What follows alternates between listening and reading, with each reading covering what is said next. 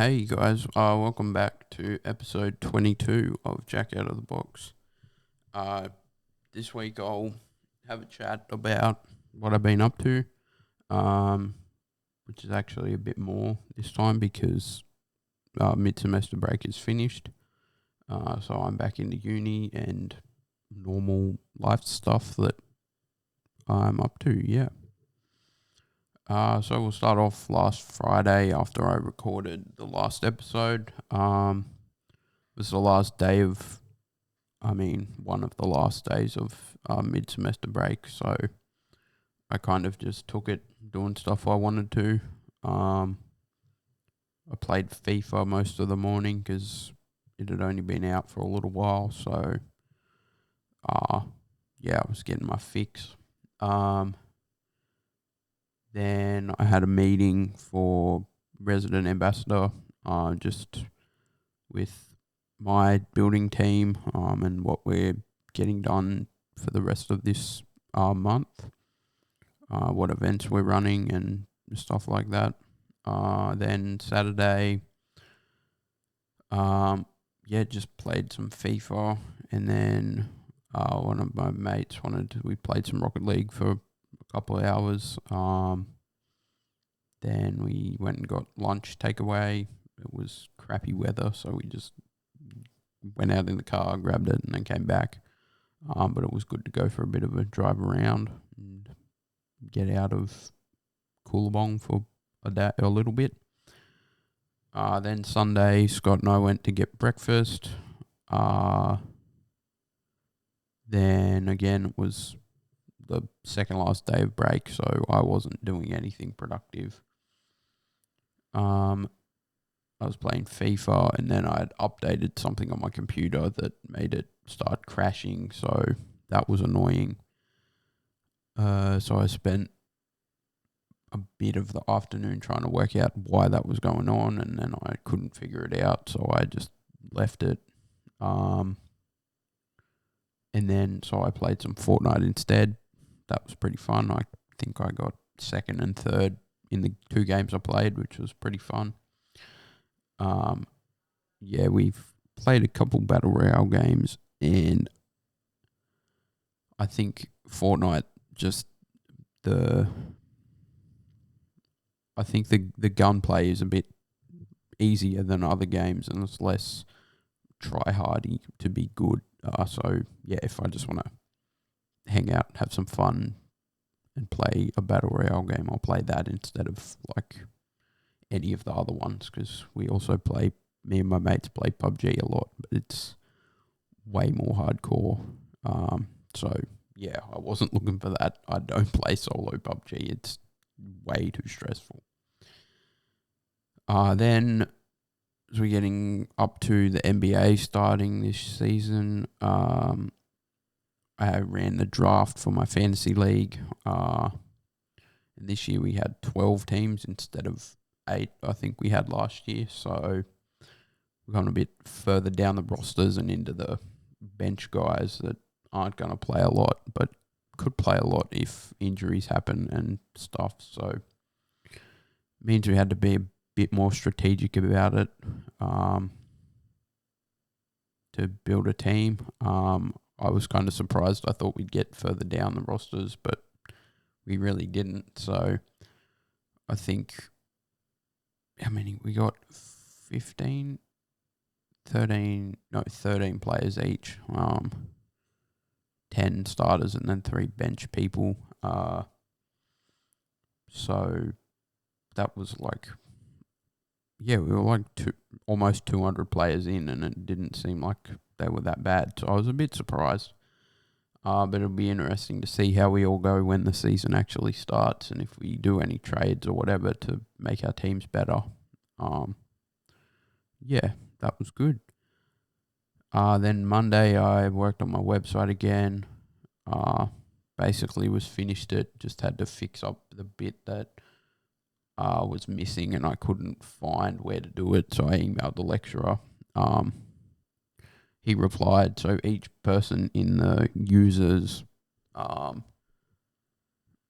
API package that we're collecting the data from, each person in there has a URL that links to their own section of the API where the location can be found. So I'd spent ages trying to get it to go into that URL and get that person's name and then save it so that it could use for each independent person in the table it displays them in. It showed each one of their location.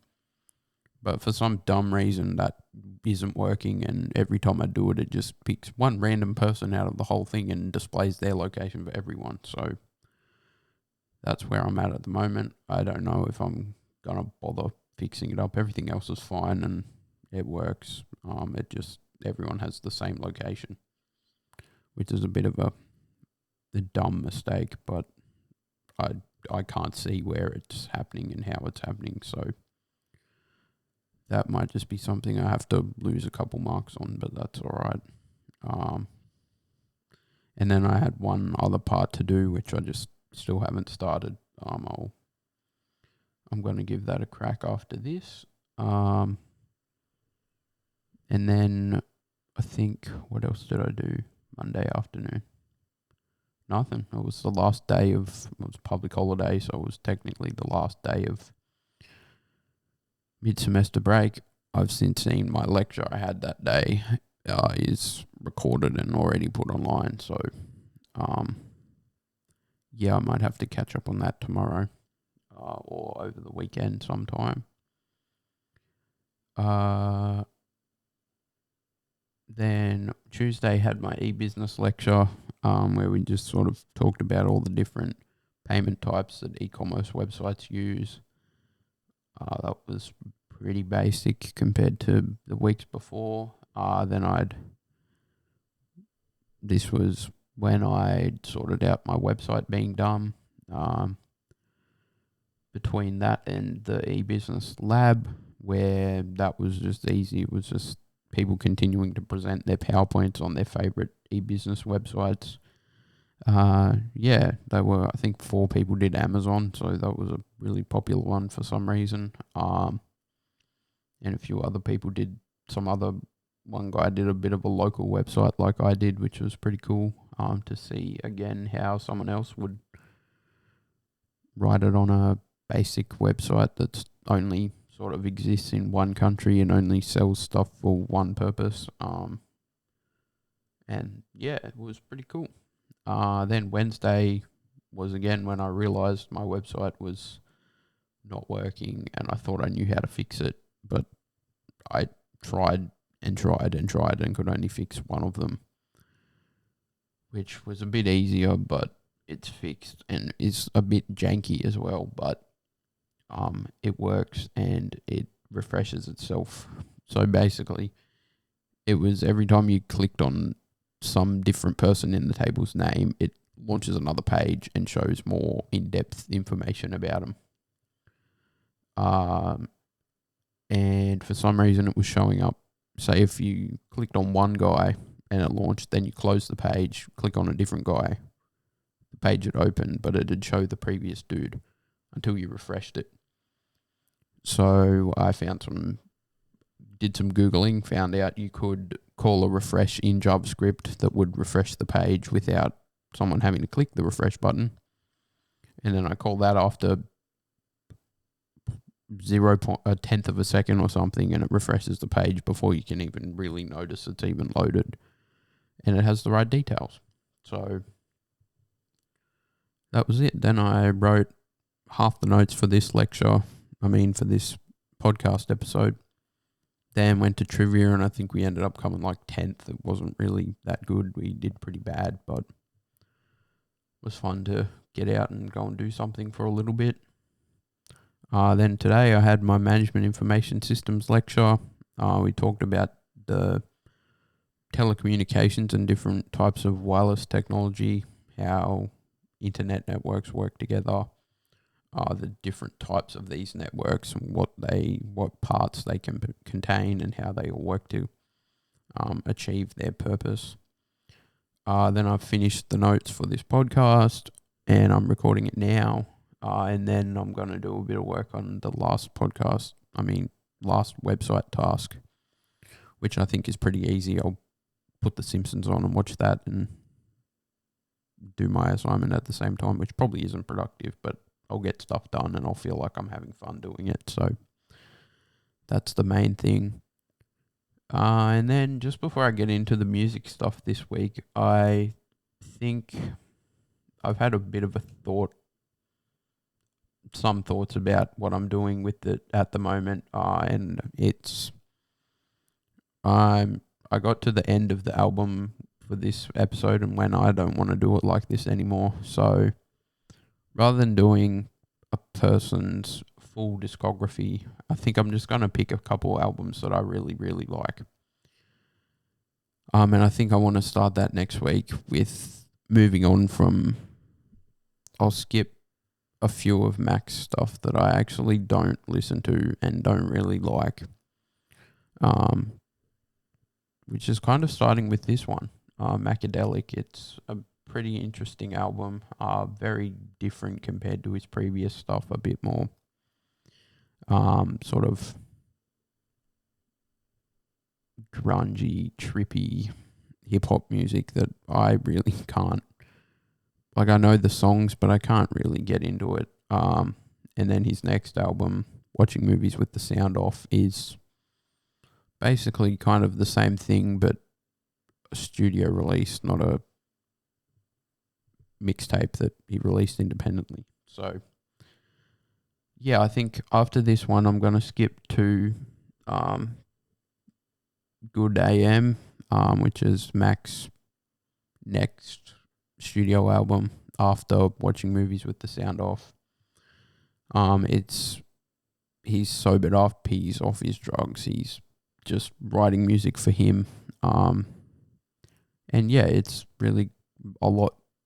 I can enjoy it a lot more than I enjoy these, Macadelic especially, and Watching Movies with the Sound Off, and then even Faces, his next mixtape, that I've probably listened to more than Macadelic, but I still don't really... You know when you watch a movie that has some creepy stuff going on?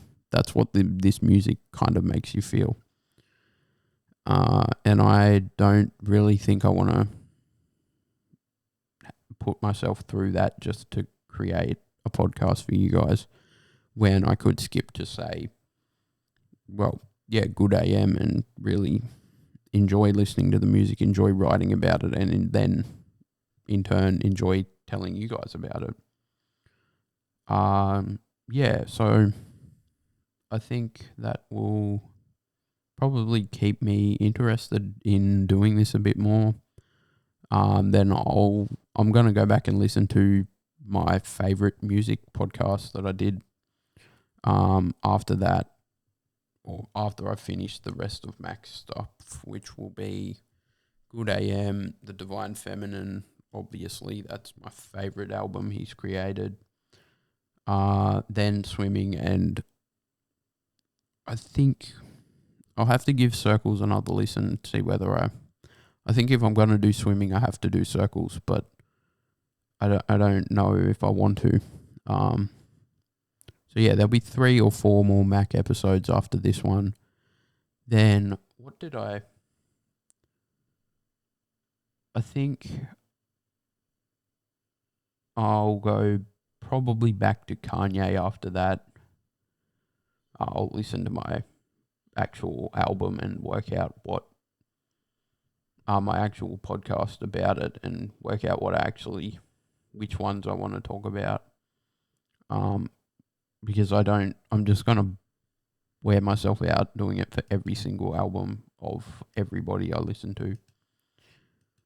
Because that's a lot of music. That's, yeah, all of Mac, all of Kanye. That's 20 years of music, basically. Logic, even some of his stuff's from like 2010. Then Kendrick, that's from like 2012 to now. Then the rest of them are a lot less than that, but I still, yeah, I just want to talk about what I actually enjoy, not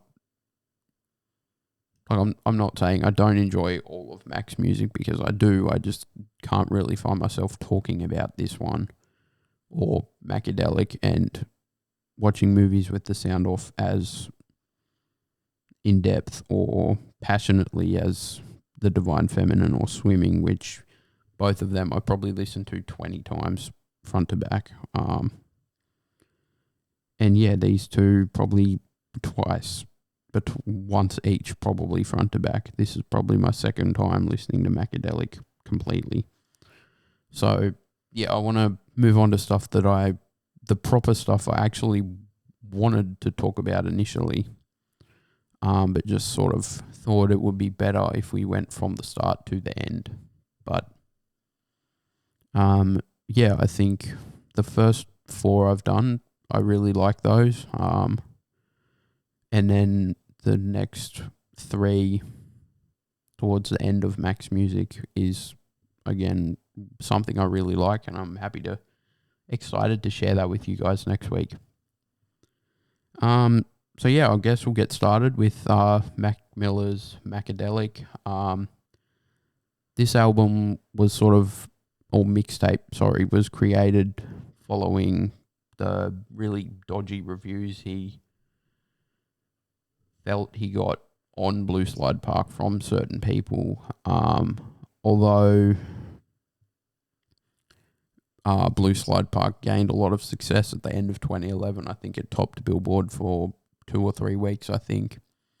Mac had seen a couple reviews that he felt were aimed at him, not his music, and that's sort of not what he didn't write the album for himself to be analysed. He wanted his music to be revered and reviewed, and the critics to be really happy about that and review his music, not review him. Yeah, so it's a bit interesting. I'll start us off with track 1, Love Me As I Have Loved You. This isn't really a song, this is more just the intro skit to the tape. It's a poem spoken mostly in French, aimed to identify the themes of Macadelic. And yeah, throughout the poem you can hear another voice sort of calling out to, when he was writing it, to Mac. And they feel like they're his intrusive thoughts, as he sort of came to grips with, as he had sort of gone into hiding and ended up, in a bit of a drug-fueled slump that he basically wrote this whole album under. So it kind of goes into stuff he never thought about until he was heavily under the influence, which is interesting, but at times also a bit creepy that he decided to share his interesting experiences through his trips and thoughts and feelings while he's heavily drug induced, which is a weird way to look at it, but I guess he wanted to explore something different than write another Blue Slide Park again, which he definitely did create something different. He sort of ended up going through 3 different phases. Sort of his frat rap stuff with Kids and Best Day Ever, and then even I Love Life, Thank You, and Blue Slide Park are very much of that. If you, in sort of 2010, 2011, if you listened to Mac, you knew what you were going to get. It was going to be some happy, hip-hoppy rap music that really sort of led you just to chill out and have fun with what he'd talk about and the beats and all of that stuff, into sort of his Macadelic, watching movies, faces, stage, where most of it was written under the influence. where Mac felt he could create a new sort of persona, and a new genre of music of Mac Miller, if that makes any sense. Uh, so yeah, and then into Good AM, where he'd sort of sobered up and just decided he was going to write music from him, not from the drugs he was taking, basically. And then kind of, I think Divine Feminine probably falls under that again. I think he was sober at that stage, other than being high on being in love, I guess. A lot more than this album says. And then Swimming and Circles, isn't really his drug using days, but definitely isn't his sober days. Because obviously while he was writing Circles, he passed. And that was due to an overdose. So he was obviously using drugs during the writing of that. And most likely swimming. But they're a bit like these ones where he's writing a bit strangely, and it seems a bit like he might be under the influence of something and in a trip, but a bit less, making it feel less creepy and just more, yeah, he knows it's bad for him, but he can't really get out of it, which is a theme in this album, definitely, but gets a bit lost with just, it's kind of the opposite. He does it, he knows it's wrong, but he can't get out of it. And he's not really trying to, he just falls back into that hole again. So then track 2 is Desperado.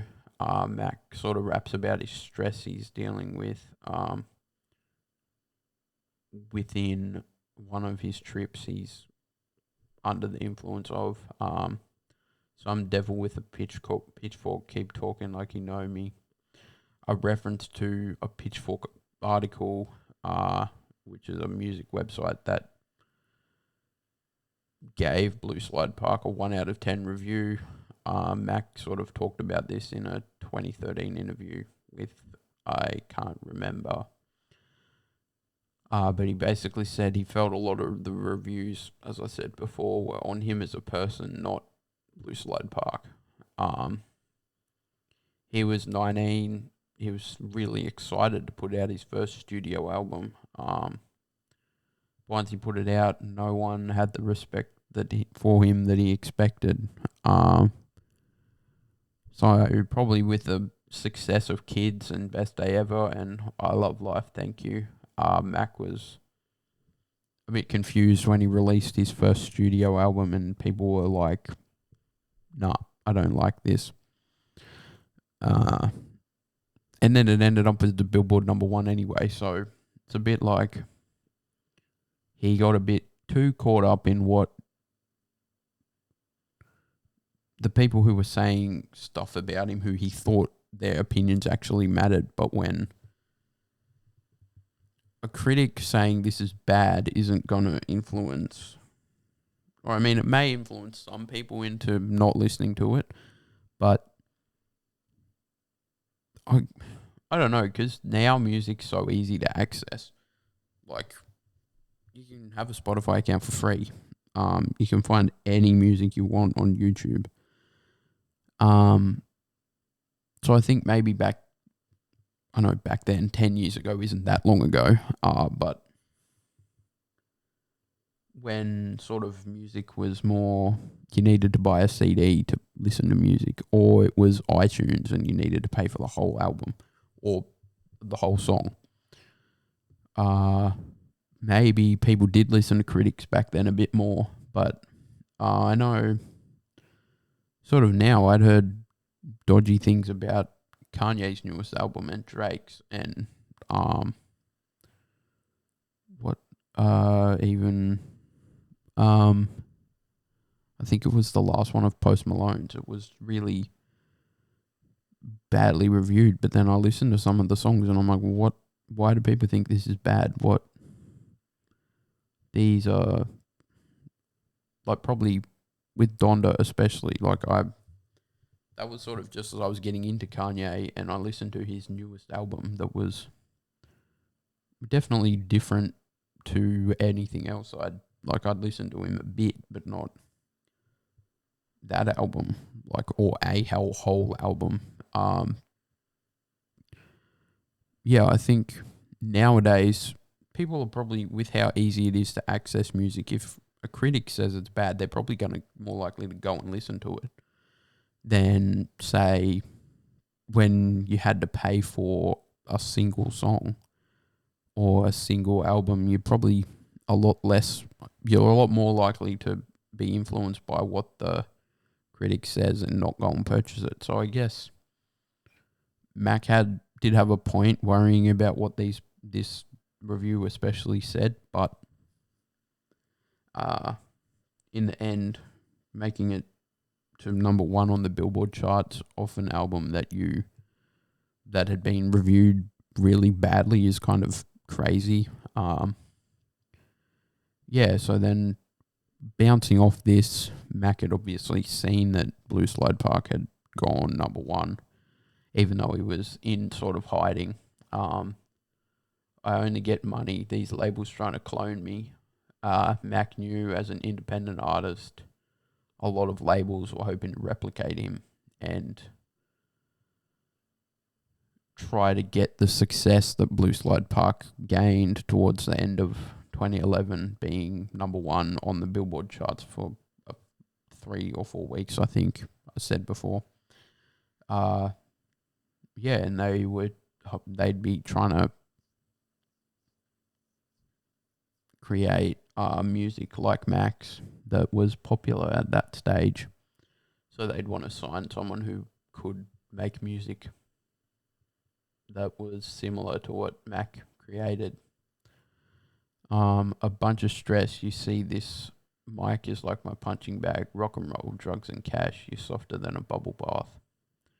Or bubble bath, as I'm pretty sure Americans, or Mac says it in this song. Mac uses music as a stress reliever, and as his punching bag, basically, and he knows that even though his life's full of money, drugs, and touring, deep down he's just a big softie and he just wants to stay at home and have a bubble bath, I guess. He may be going back to what Blue Slide Park referenced a lot, that he's still the same kid from Pittsburgh before he started getting famous. Even though he is famous now, deep down he's still just that big softie of a kid that was trying to make it big to buy his family and buy his mum a house and stuff like that. I'm from Pittsburgh, that's black and gold. If my skin gets filled up, I'ma tat my soul. Running out of paper, writing on my hand. Max strongly filled with Pittsburgh pride. Black and gold are the colours of the Pittsburgh Pirates, which is their Major League Baseball team. Even has their logo tattooed on the back of his hand. I guess now money's allowed Mac to afford tats, so he's going to fill his body up and then just keep going. I think the writing on my hand part sort of links to this too, as Mac had a large amount of tattoos on the back of his hands. So maybe some of these were to do with lyrics that didn't quite make it in his music, but he wanted to represent it somewhere else. Yeah. Which, I mean, Pittsburgh definitely, that the Pirates sort of theme definitely comes in his music. He literally mentions them right there, black and gold. And then he also had that on his hand, and then I'm pretty sure across his knuckles he had Good News, which is one of his later songs that's come out. And then it's like a bit of a sunrise or something that he ended up with on the back of one of his other hands, or his other hand. Yeah, so maybe those, although some of them are did make his music, maybe some of them didn't, and that's why he got them there. So then track 3 is Loud, the lead single off Macadelic. This is basically just a party album. Anthem, sorry, I can't read. Where Mac's rapping about his experiences with girls, drugs, and money, while touching on his success and how that led to him doing a lot of shows. Still roll up them blunts, got diamonds in my chains. Yeah, you heard me, I got diamonds in my chains, and it don't make a difference if you're crying in the rain. Mac still hits blunts like he used to, but now he has diamonds around his neck.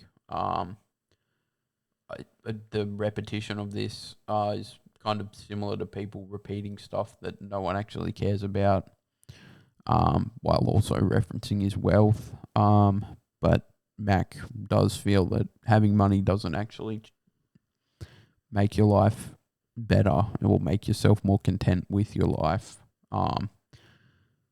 It's more, yeah, I guess, because if you had a lot of money, you can just buy whatever you want.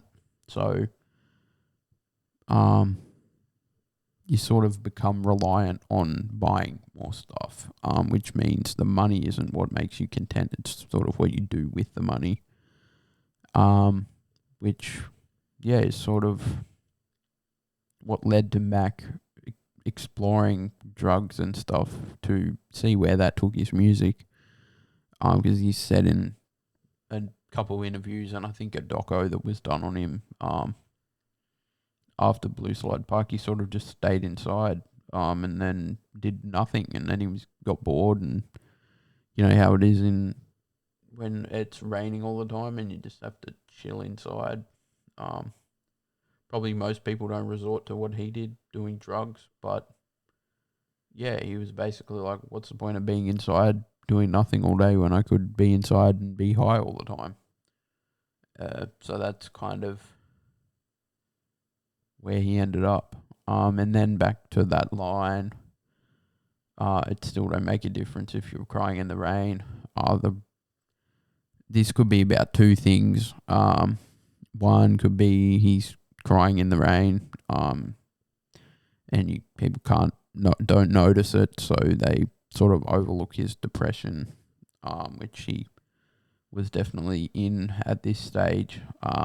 Or it could have just been way more simpler that nobody notices his chains because everyone in the rap game has chains. I think it's probably gonna go both. But like knowing what this mixtape's about, it's not just I'm rich, look at me.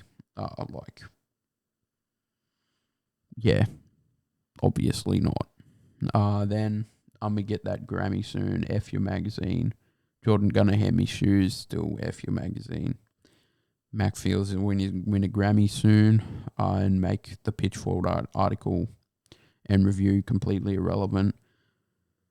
A shot at Jordan Sargent, who's the guy who wrote the Pitchfork article, and then, but also could be referencing Mac's sponsorship deals, and the fact that he had been getting free Jordans and stuff for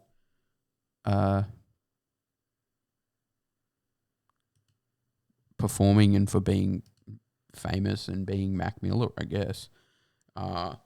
So then that line just reminded me. I hadn't actually looked at the Pitchfork review for Blue Slide Park, so maybe I should look at that and see how dodgy it actually is. But I'll minimize that because I'll read that later. Then track 4, Thoughts from a Balcony, probably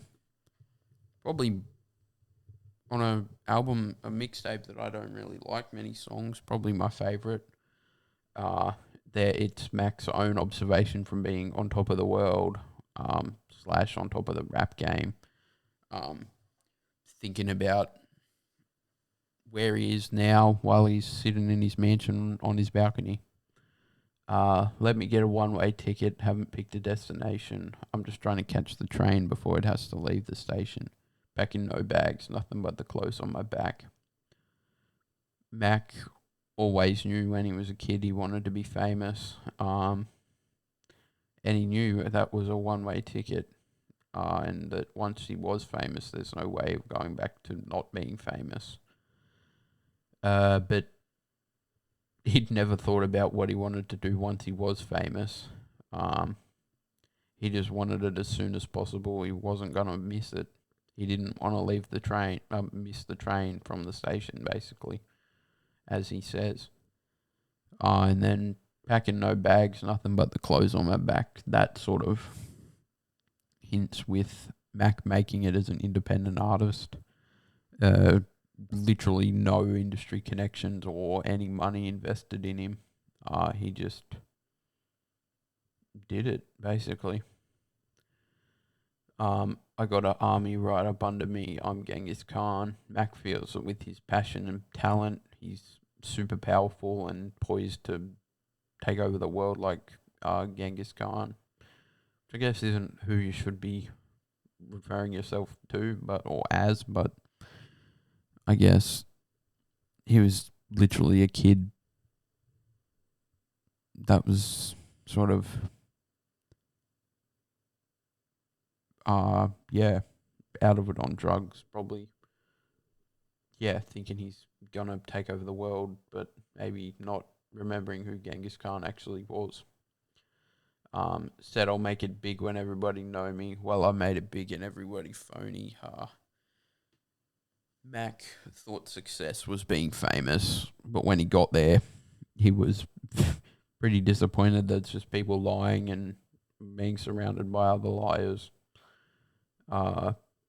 Also touches on the irony of Mac's loneliness. He thought that being famous would connect him with the people he wanted to be connected with. But in the end, he just ended up being in a space where no one actually shares who they really are. They just share who they want everyone to think they are. Which is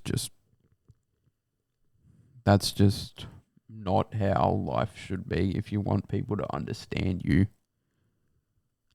don't make up who you're not. Like, I could easily try and do that, but I want to do what I want and be what I want and do everything how I want. And express. Not that I'm like my only goal in life is to express myself properly, but to just do it the way you see yourself is. Look, I don't know. Because then the way you see yourself, is that actually how you are? Does that make sense? I don't know. But yeah, I think it's easier to be connected with people if they're not making shit up about themselves. They're actually telling you what they're doing and how they've done it and where they're from and what they want to be, what they want to do, not what they think the world wants them to be, or society, or their parents, or their friends down the street who are like, you need to be like us. Yeah. So then the last bit I've written about this one, because all these people get to screaming when the light's on, like they just seen a ghost. Oh, my striped zebra coat. Making it as a white rapper obviously surprises some people still when Mac wrote this. And yeah, they're screaming at him when the lights turn on and they see he's actually white, which is a bit interesting. Acting like a ghost, white as a ghost, and they've just seen him and they're scary and screaming at the ghost. Then the next one, aliens fighting robots. This literally just seemed like Mac rapping about a drug trip, which I guess is where you'd see aliens fighting robots. Then they chase. Catch Me If You Can. I Ain't DiCaprio. This lucid dream will have you going like half a dose of Adderall. Capricola sandwiches are tasty from Primati's. References a few different things here. First, the DiCaprio movie, Catch Me If You Can. Then his lucid dream at the moment, feeling like a drug trip. When knowing what Mac's doing at this stage, it probably is a drug trip. It's not a lucid dream because, yeah, that's just what happens. And finally, the capricola sandwiches is, yeah, Mac's just name dropping somewhere in Pittsburgh again. It's a famous restaurant chain known for making sandwiches with hot chips in them. Just some blight appreciation for Pittsburgh again. First the plane land and then the bags come. Life's easy until your problems show up. Which could also be a reference for him losing his high and hitting the low or the bags at the end of it. You're back in reality and all your problems come back, and remember you just escaped life for a little bit. You're not gone forever. And then the end, I'm so high. What do you think about that, baby? Just, I guess Mac's asking. He's just met a girl, I guess, and he's asking her what she thinks that he's high on drugs. So, I guess just sticking with the theme of that album, of this whole mixtape, that, yeah, he wrote it on drugs, which is crazy, but I guess some people do what they think they need to do to get out of a slump. I don't know if this did that, but I guess we did get some good stuff through it and after it. So, yeah, I don't know. Then the next one, track 5, Vitamins. Again, literally about a drug trip Mac had. Take your vitamins. Vitamins definitely not being good for you in this circumstance. But I don't know what happened to me, but as soon as it hit me, I was effing free. It took me to somewhere off the map, and I don't think I'll ever find my way back. Mac doesn't actually know what happened to him, which makes it sound like he was drugged, not taken drugs. Is this the one where the girl's introducing him to a new drug? Yeah, I think so.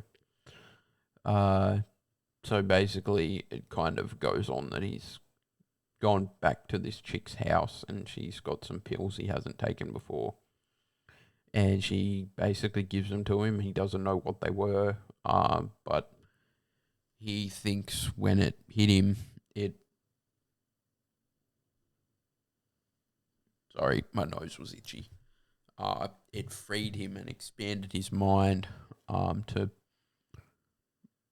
see more of his experiences, not just what he actually saw, what drug-induced Mac could take those as well. The drug took him to a place he'd never seen. Now he's unsure if he'll be able to function when he's sober. Also, he feels he's going to remember this mind expansion, not just under the influence, but forever. Then the next one I wrote quite a bit about, Fight the Feeling. Mac sort of, I don't know, what I wrote here doesn't really fit with what I wrote after that. Mac raps about the nostalgia that he feels towards his childhood, remembering and feeling satisfied with how he made it and where his music career has ended up.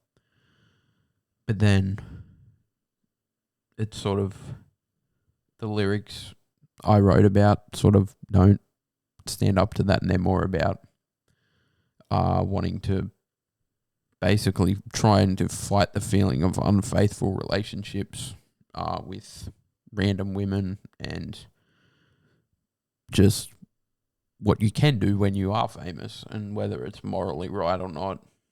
A lot of famous people just don't care. I had an intuition about these women, and suspicion got me looking at shit different. How a man in my position can't start slipping down these slopes because it's all just downhill from there. Yeah, Macadelic has Mac look at his whole career from a different angle. That happens to be drug induced. He reflects on his intuition of unfaithful relationships and how he can't fall into these slopes because that slope leads to another one and then he's in his big hole of depression and can't recover. Hence, he has to fight the feeling. When you were young and you're just trying to live your life and have some fun in a world where you have yet to see how evil it's become. Mac now sees that he was completely oblivious when he was a kid. He was just trying to have fun and live life and get famous eventually. Yet now he understands that no, life's full of problems that you can't see when you're a kid because you're a kid and you just literally you go to school and have fun. And yeah, that's basically it. Then Iman Amari joins Mac in the chorus. Stay high, go for what you know, let it in your mentor and don't ever let it go. It won't stop. You can't fight the feeling. I feel like this is sort of representing Mac's devil on his shoulder, encourage him to continue his drug use, to let the devil in more, and slip down the slope into unfaithful relationships and depression and all that stuff that he would have ended up in if he fell to this feeling. Basically, the feeling won't fade, so don't try and fight it. Come on, Mac, just you can't fight the feeling. That's literally it. Then he has Kendrick Lamar on for the last verse. The emotion of jealousy that you're holding. You're telling me that you're golden, but really cubic zirconia. Let me see. Gold comes naturally, whereas cubic zirconia is man-made. Much like what I said in the last one of the other ones. Where am I? It's basically how people put so much effort into assuring everyone thinks everything with them is perfect. When in reality they're not being real. Life isn't perfect. Stuff isn't perfect. Everyone has stuff that's just not going how they want it to be going in their life. Like, people got to get real with themselves. No, life isn't perfect. Some things don't happen how you want it to, or why you want it to, or when you want it to. It just, or some things you want to happen just don't happen at all. So get with it, guys. Then track, I'm going to open Spotify because I can't remember what number that is. I think 6. Nope, 8. Yep, I'm bad at this. Lucky ass bitch. Mac talks about his indulgent celebrity lifestyle where he had all the drugs, sex, and parties he wanted. I'm partying where there's drugs free. This life I live, it don't come cheap. Mac has a fiend for drugs while riding Macadelic. So if there was a party and the drugs were free, Mac would be the first one there. He'd try anything. And as he said in a couple of interviews, due to his money and fame, if he liked something, he could just buy heaps of it. So, yeah, he was in a bad place mentally and thought drugs were his way out. And I guess he kind of got that, but I don't think that should be anything anyone advertises to people. Drugs aren't a way out.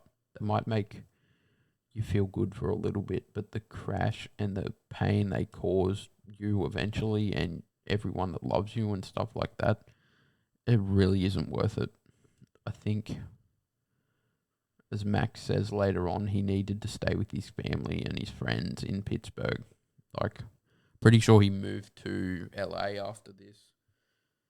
And he didn't have any friends and he was just by himself, so he'd stay inside all day and get high instead of doing something else about it that would actually be productive, like hanging out with your friends or doing what you like, or there's so many things he could do that were better than what he did, but I guess we wouldn't, I don't know, we wouldn't have this song or this album.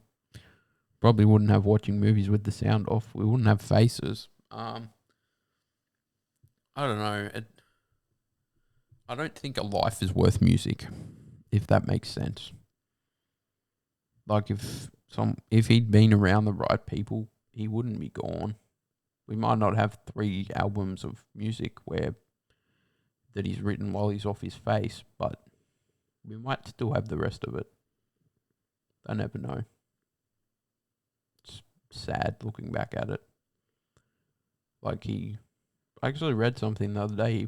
He'd be 30 this year, which was I hadn't even thought of when I started talking about him. So then the next bit, you texted me, addicted, you need me, you miss it. She crazy, she nasty. Every day she harassed me. The girl Max slept with, the girls Max slept with during this stage of his life, actually, were much like him, high off drugs and money. The girl he was with is blowing up his phone because she's addicted to him and the drugs he can provide. It's driving her crazy, which then in turn is driving Mac crazy as well. Then, yeah, that's Stevie Wonder bread. When referencing when Stevie Wonder re-signed with Motown Records, he was basically given the money he wanted and he had all the creative control. Now Mac's getting similar money. He's starting to explore other creative avenues too. Then he has Juicy J on the outro. Yes, I am high for the rest of my life. The devil coming out again, telling Mac he's going to be high like this for the rest of his life. He can't escape it. He doesn't feel like he can escape it at the moment. He's telling himself that he can't, just so he stays there. Which is sort of not really how it works, but I guess I don't plan on being in this sort of stage, feeling like I need drugs to get me through life. So I guess I'm just gonna have to go out on a limb and believe him. And then track number 9, The Morning After. Mac tells us about his love-hate relationship with a certain drug. Mainly calling the drug she throughout the song. Mac knows that the drug can't love him back, but he's devoted his life to it. And has fell to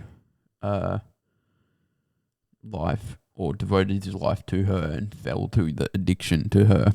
She makes me feel like how them drugs work, itching for my fixture. When she's gone, the love hurts. The new drug Max found makes him feel like all the others. He suffers withdrawal when it's gone and it hurts.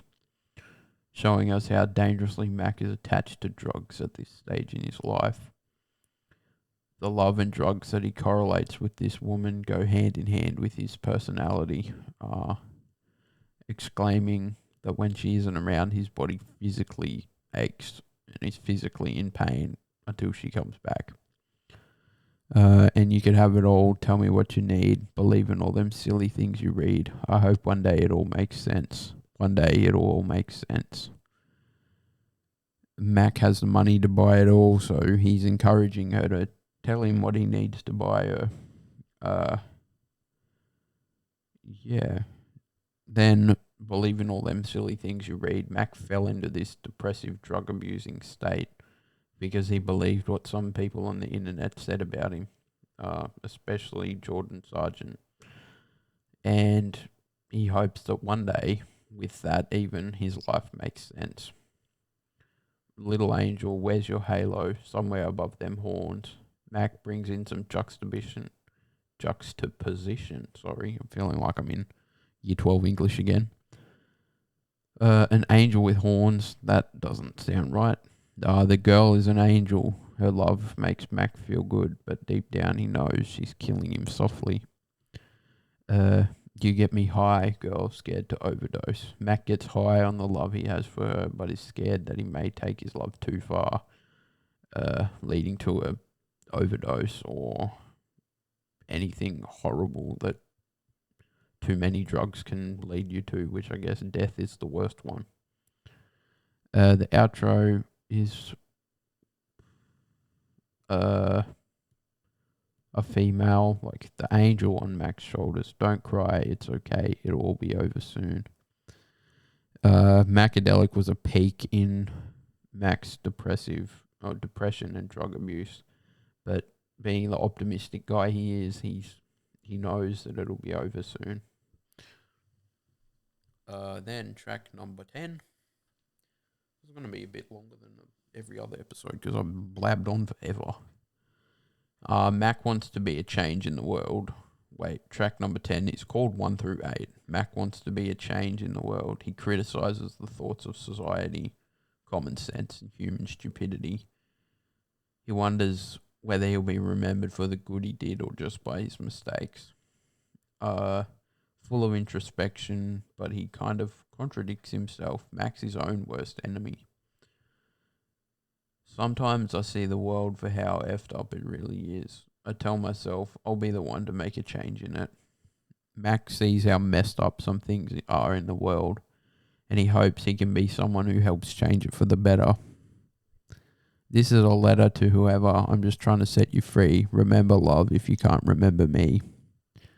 This song's written to anyone who wants to hear it. Mac's trying to break them free from stupidity and problems within the world. And he hopes if we don't remember Mac, then hopefully we remember love. Then the chorus, dear people on earth after I die, what's the weather like? 1, 2, 3, 4, 5, 6, 7, 8. And I ain't perfect, but I try. Hey, I wonder if maybe I'll get a second life. This time I'm going to get it right. Basically, Mac asking everyone what the earth's like now that he's gone. And I think the counting is Mac calming himself down. Mac knows that he's made mistakes. If he gets a second life, he might just make less mistakes that time.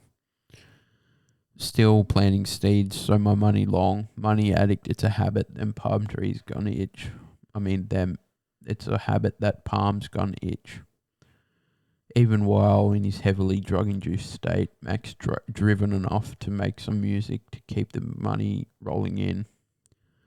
Mac's addicted to the money as it's currently what fulfills his lifestyle and drug addiction.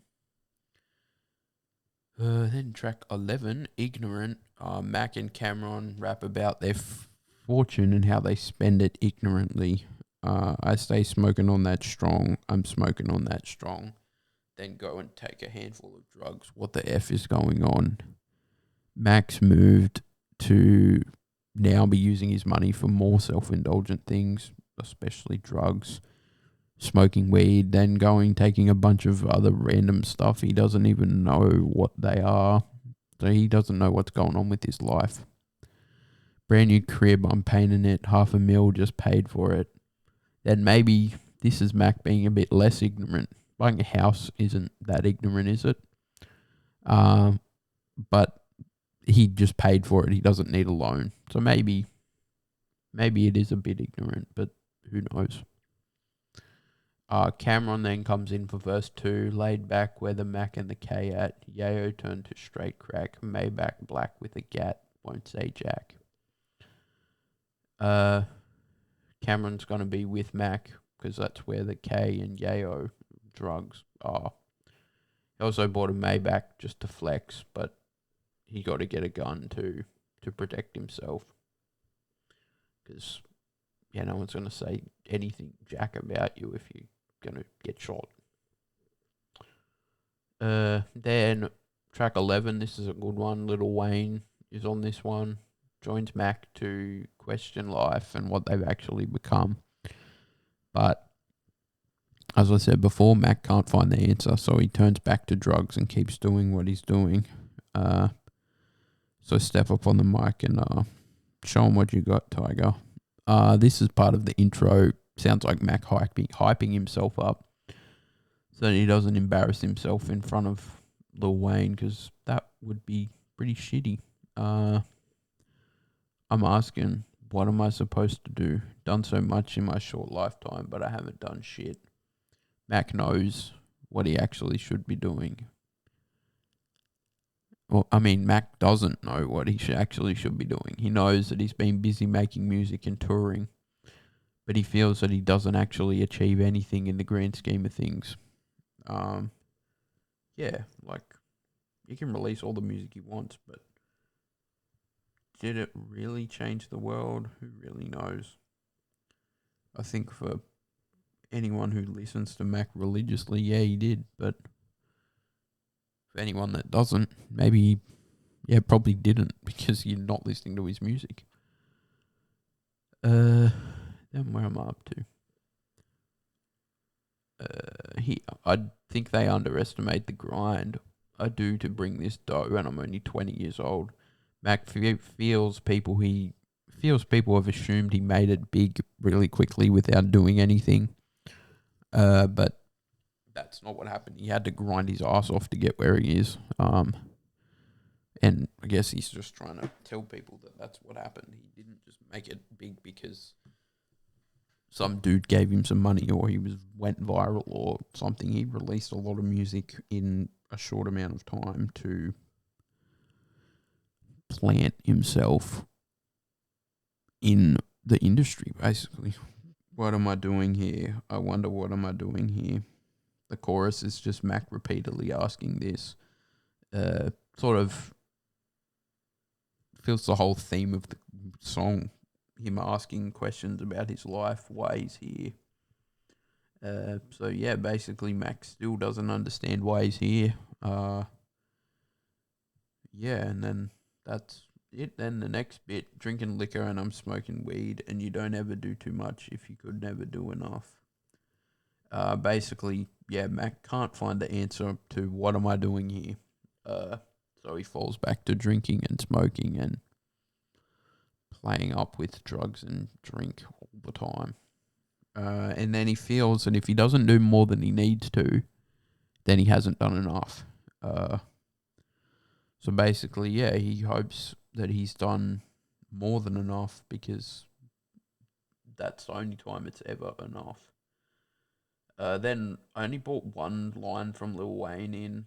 I'm a pimp, I ain't lying, but that's not important. I'm just trying to buy time, but can't really afford it. Wayne comes in, tells us a bit about himself, but that doesn't matter because he's just here to buy time. But no money can do that. So sucks to be you, Wayne, I guess. Yeah. Then track 13, ultimately, or Angels, when she shuts her eyes, ultimately revisits the morning after from a couple songs ago. Mac comparing being in love with the girl to the high he gets from drugs. In this song, the drug specifically is lean, which is codeine mixed with Sprite. Basically, cough syrup and soft drink mixed together. That doesn't sound great. Plus, she can get me high when I'm feeling low. Fill up my cup with purple, baby, drink it slow. And I can take you anywhere you want to go. Don't be afraid. Don't be afraid. The pre-chorus, both love and lean can get Mac high. Lean being the purple in this stanza. He can take his girl anywhere with his wealth, but the drugs can also let them trip together. Don't be afraid. Basically, Mac calming them down while they're within this trip. It's okay. Can be scary, but it's alright. We're together. I told her, please don't take this back from me. This feeling comes so naturally. Mac doesn't want his girl to take away this feeling from the drugs. Mac thinks this feeling comes naturally, but it's actually just synthetic. It's from the drugs. I wonder where will I meet the perfect girl that I dream of. Mac thinking about where and when this girl and him will potentially meet. And that's basically it. Then track 14, only 4 left. Sunlight. Mac talking all about all the stuff he wants to get done once he's out of this slump. I think basically what he'll do in the sunlight. Wonder who really give a F what I have to say. those are the people which I dedicate this rap to today. Your shit is fragile. If I have to, I'ma crack your face. Monday to Sunday, I'm acting like a basket case, while Sunday I'm going golfing with my Callaways or watching football. Word to Joey Galloway.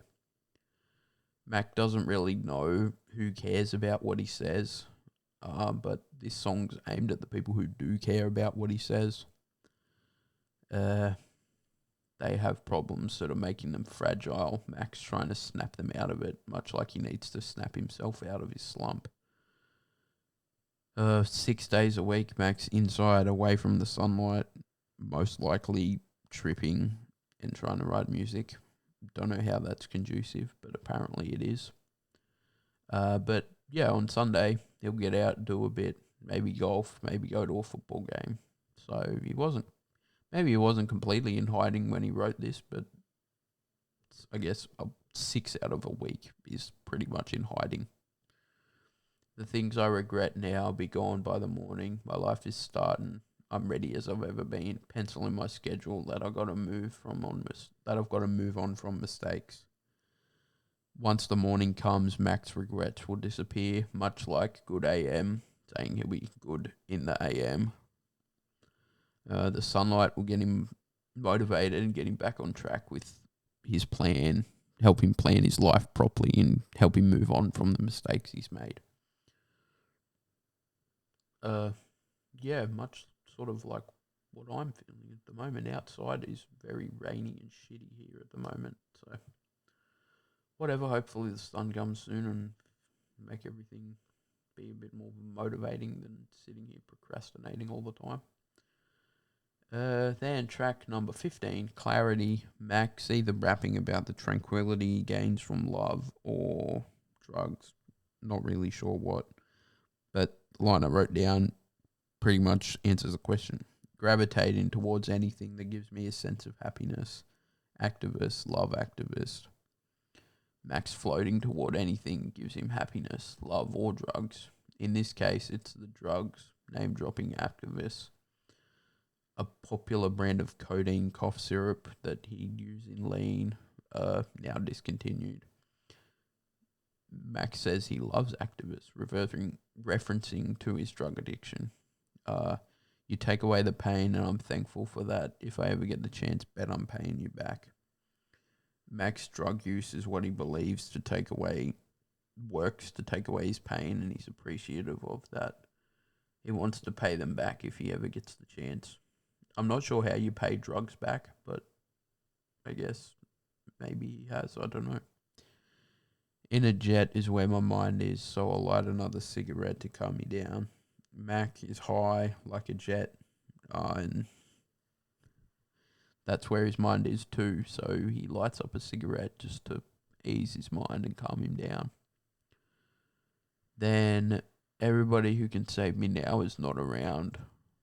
As I said before, I'm pretty sure Mac moved to LA to write this, so he doesn't have his friends or his family who can help him get out of his slump that he's residing in at the moment.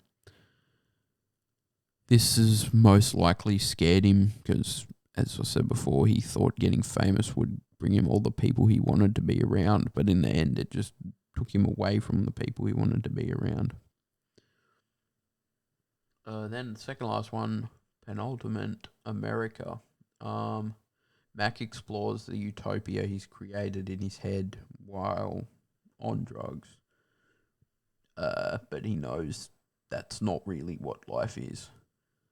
Path is limitless. Death, well, that's ridiculous. I'ma live forever because a legend never dies. Life could essentially be limitless, but the death of your body is kind of inevitable. Like, duh. But the ideas you come up with may last forever, which basically Mac's putting a person inside an idea, and that means they'll live forever. Mac expands on this, saying he won't die because he's a legend. But he will die, but his ideas won't, which is why we can still listen to his music now, which is awesome because, yeah, some of it is really good. Try to understand the effing message I encrypted, ancient hallucinating visions of utopia, until I figure out that the perfect world a lonely one. Mac encourages the listener to try to understand his lyrics for themselves, not to try to understand what he's trying to actually say. Everyone could have a million different emotions when they listen to this song. No one will ever fully understand what Mac's saying, so interpret it for yourself. Max sees this hallucination of utopia in his head. He's trying to focus on it while writing this song. But then Mac ends up realizing that maybe a perfect world doesn't exist. If it does, it's going to be lonely. Maybe angels are flying around everywhere. Maybe it's not even like that. Maybe it's something different for everybody. Got my middle finger up with a cup and a Dutch split. Well, hand on my nuts when I'm wilding out in public. Welcome to America. Mac sounds like he's explaining that America's not the perfect world by far, and he knows that it's a crazy place where people can do whatever they want, whenever they want. Then the last track, F 'em All. Interesting song, just aimed to wrap up the project and leave the listener waiting for his next one. Get your money, F 'em all. Everything could be gone. What if it's gone tomorrow? I'm just going to say something about this chorus and then that'll wrap us up, I think. I think Mac's trying to say that we should all just do what we need to get out. Do what we need to get where we want. Don't worry about what everyone else says. Just if you think that's what you need to do it. Everything could be gone tomorrow, so make the most of it. Do what you want and not what others are telling you to. Write your own story, basically. Just do stuff regardless of what other people say. Like, I'm sure there were people that would have said to me, don't go to university. You don't need to do anything. You can just live at home, play games, watch TV, be a child forever. But I didn't want to I had the drive to get out and do something, and I think maybe that's where I think that might actually be why I connect with this music so much, because I wanted to I wouldn't say getting to university was tough for me, but it was definitely a situation where I had to drive myself to get here or to be here and do it how I wanted to. Because I think ultimately the easiest way for me to be at university would be to stay at home and do it all online. But that's not what I wanted to do, so that's not what I did. And here I am, living my best life, recording a podcast for you guys, just smashing uni, chilling with my friends. Yeah, just living life how I want to. And I think that's maybe Mac didn't want to do drugs for a while because his music, some dude told him that his music sucked. But that's what we ended up with, and we ended up with Macadelic from that. And then also watching movies with the sound off, and Faces, which is a mixtape of his as well. Yeah, I think that hope you guys don't miss not listening to me talk about those two. But for sure, if you want me to come back to it, let me know on Facebook or Instagram. Send me a message, and if you guys want me to go through all of his music and have my say on everything he wrote, then maybe I can do it. But otherwise, I'm going to skip to Good AM. There's some really good songs on that one. I'm kind of excited to share it. And I think it's a bit short. No, it's the same, like 17 songs again, so it might be an hour episode again. But I might enjoy it a bit more, and I kind of hope you guys do too, because This one was a tough one to write a bit about every song. Yeah, kind of like drugs and why Mac isn't here. So talking about the music he created while he was on drugs is a bit tough. But I mean, essentially, yeah, we wouldn't have swimming or circles without it. So maybe I could be a bit less sad about it. But yeah, I don't know. It's interesting. But yeah, this has been Jack Out of the Box, and I hope you guys are all doing really good because I know I am.